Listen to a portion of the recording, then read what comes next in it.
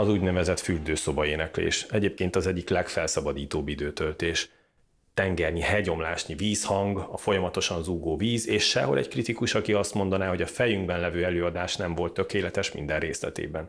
Ha ebből valóságot szeretnénk, készítsünk felvételt. Hol? Hát otthon. Az első kihívás mindenki számára az, amikor először hallja magát vissza felvételről.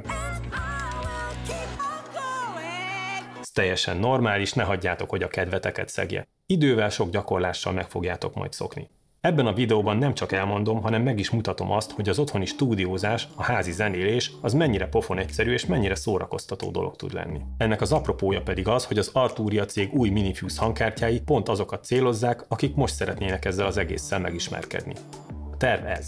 Lesz egy számítógép, amire csinálok valami egyszerű zenei alapot, arra pedig éneket veszek fel egy mikrofonnal. A számítógépnek körülbelül bármi jó lesz, amit otthon találtok, és innentől kezdve lehet jól is és rosszul is csinálni. Ahhoz, hogy a számítógépünknek legyen hangja, szükségünk lesz valami olyan eszközre, ami a hangot beviszi. Esetünkben egy ilyen hangkártyára, például. Természetesen hangkártyája a számítógépnek is van, szolgáltatásai viszont nagyon korlátozottak, illetve a hangminőségével kapcsolatban is komolyabb igénnyel szeretnénk élni. Ezt az egyszerű hangkártyát az Alzáról rendeltem azzal a céllal, hogy szemléltessem a különbséget egy zenei célra készült hangkártya és e között. Ez lesz mondjuk az Arturia Minifuse doboza, amiben belerajzolom a részegységeit. Van egy konverter része, az előbb mutatott USB-s hangkártya, ami az analóg jelet digitalizálja, és USB-n továbbítja a gép felé, illetve vissza a fejhallgató vagy a hangfal felé. Van neki egy mikrofon előerősítője, ez most egy akkumulátor, nem egy mikrofon előerősítő, de tegyünk úgy, mintha az lenne, mivel a mikrofon gyenge jelét először vonali szintre kell erősíteni, mielőtt digitalizálják. Van benne egy kisebb keverőpult is,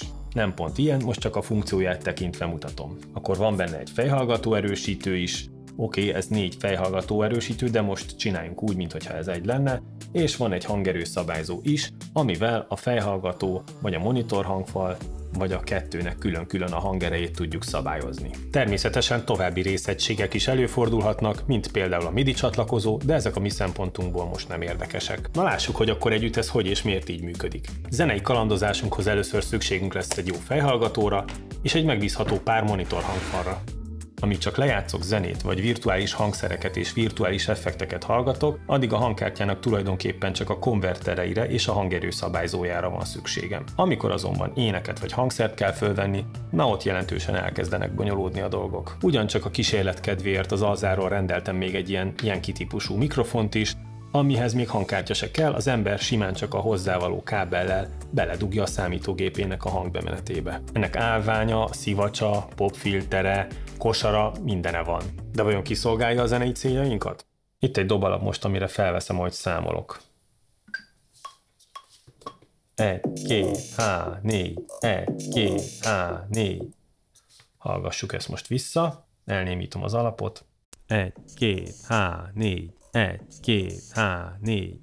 Azt halljátok, hogy a mikrofon felvette a hangfalból szóló jelet is. Hogyha ezt most összekeverem az eredetivel, akkor egy kása lesz belőle. 1, 2, 3, 4, 1, 2, 3, 4. De nem csak kása, hanem valahogy a szinkron is szétesett. Adja magát a dolog, hogy kapcsoljam le a hangfalat és térjek át fejhallgatóra, lehetőleg olyanra, ami zárt, tehát nem hallatszik ki belőle a hang. Igen ám, csak akkor viszont a számítógépről késve érkező hangot vagyok kénytelen hallgatni, amire ember legyen a talpán, aki képes jól énekelni. Kellene tehát erre egy eszköz, célszerűen egy keverő, ami a számítógépről jövő alaphoz hozzákeveri késés nélkül a hangomat a megfelelő arányban. Tisztelet a Yankee-nek, hogy a dobozára is ráírták, hogy ez egy vloggolásra és podcastolásra való mikrofon, értelemszerűen nem igényel sem valós idejű visszahallgatást, illetve a minőségi elvárásainkat is máshova kalibrálja. Én sem ajánlom zenei célokra. Szóval, hogyha nem akartok ehhez hasonló fölösleges zsákutcákba belefutni, akkor válasszátok a hagyományos hangkártya mikrofon kombinációt. A mikrofonok szabványosan úgynevezett XLR csatlakozókkal rendelkeznek, és a hangkártya is ezt várja el. Ezek egyébként kombó csatlakozók, tehát egyszerre lehet bedugni a mikrofon kábelét és az úgynevezett TS kábelt, ami a hangszereknek a csatlakozója. Most beszéljünk a mikrofonokról. Élőben elsősorban ezeket a kézi dinamikus mikrofonokat használják, stúdióban pedig ezeket a nagymembrános kondenzátor mikrofonokat. Az előbbiek természetesen kompromisszumot jelentenek hangminőségben, hiszen élőben a színpadon más szempontok vannak. Mikrofonra el lehet költeni a világ összes pénzét, de mivel ez egy gazdaságos setup koncepciójával foglalkozó videó, ezért én úgy döntöttem, hogy ezt a Rode NT1000-est fogom javasolni, ami a kategóriájában szerintem a legjobb. Ha valaki mégis sokalná ezt az összeget, akkor úgy gondolom, hogy a határt húzzuk meg az Audio-Technica AT2020-nál, mondjuk. A mikrofont állványra szokás rakni, mégpedig ilyen egyenes állványra, hangszereknél gémes állványokat használnak. Elé pedig egy ilyen popfiltert célszerű rakni, ami a szélzajokat hivatott kiszűrni. Ugyanis az ilyen hangoknál, mint a P, óriási légnyomás keletkezik egy pillanatra, ami felvételen nagyon nem szól szépen. Pénzért pakolhatsz popfiltert. Pénzért pakolhatsz popfiltert. Az NT1000 egy kondi mikrofon, aminek 48 volt fantomtáp kell, ezt így tudom bekapcsolni. Elkezdek beszélni a mikrofonba, tekerem föl a hangerőszabályzót, ez a bemeneti erősítőnek a szabályzója, egészen addig, míg piros nem lesz, onnan visszamegyek egy kicsit.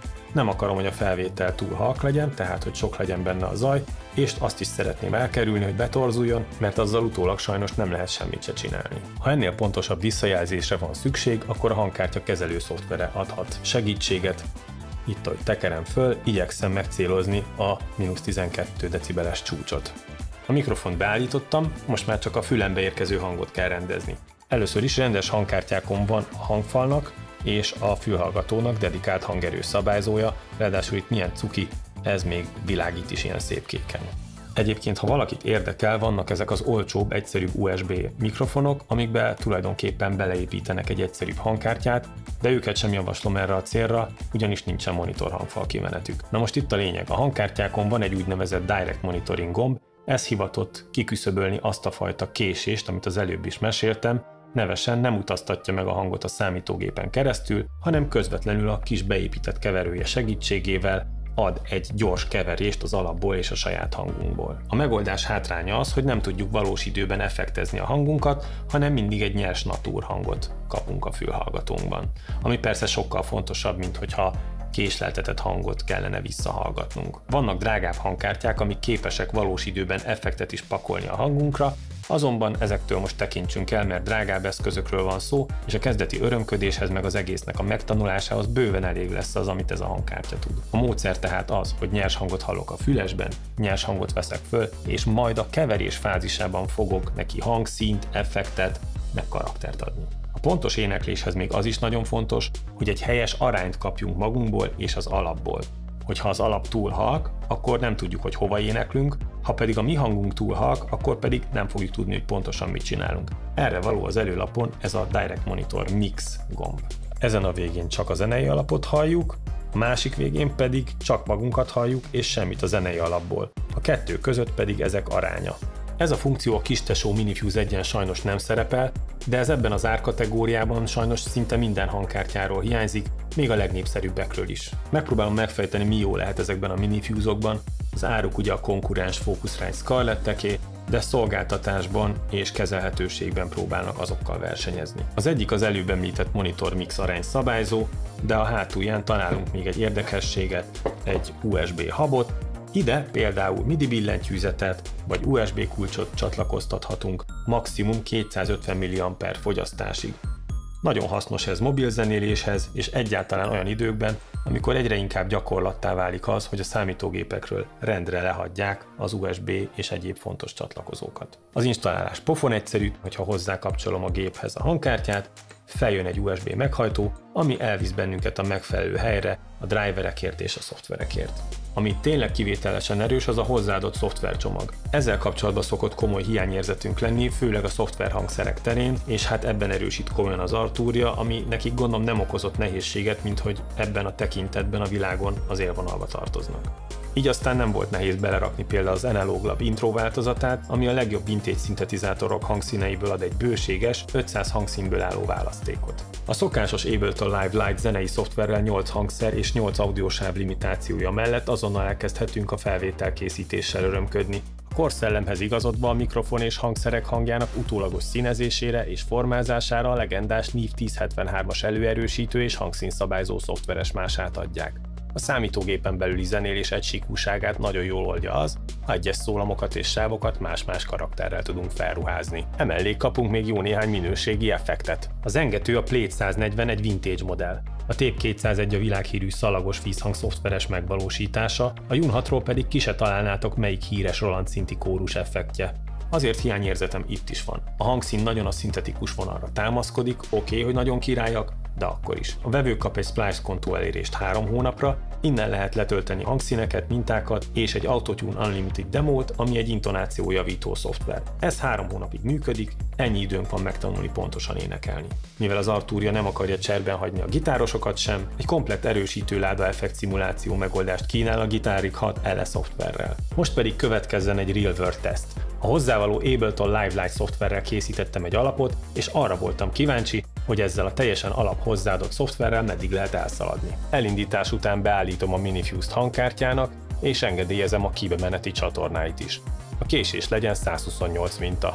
Itt egy szörnyű butaságot csináltam, mikor kiválasztottam a dalt, egyedüli szempontnak vettem azt, hogy én mit szeretnék elénekelni, teljesen figyelmen kívül hagytam azt, hogy alapvetően nagyon szintetizátor vagy szintetikus nehéz az egész csomag, és hát ez így komolyan korlátozta a lehetőségeimet, de talán az a legnagyobb baj vele, hogy nem demonstrálja elég jól, hogy mennyire zseniálisak ezek a hangszínek amúgy, hogyha jó dologra használjátok őket, ezt kérlek nézzétek most el nekem. Amúgy így néz ki a cucc, 500 hangszín, melyek kategorizálva vannak, és amelyekbe pár egyszerű paraméter erejéig beleavatkozhatunk.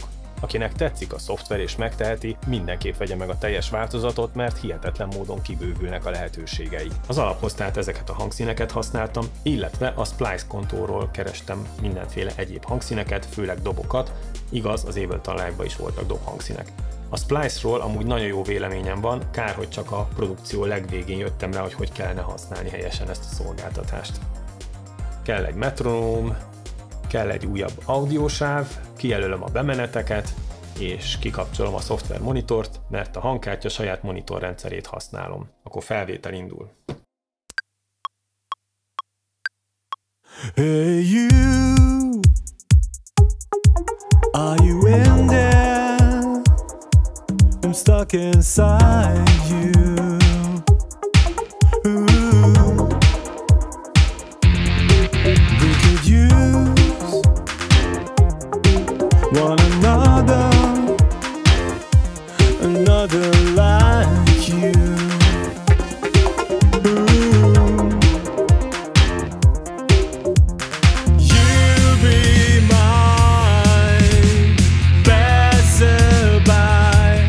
I'll be your new wanna pass through. Screws inside, turn so tight, turning on you. I'm hanging on you. Ooh, ooh, ooh.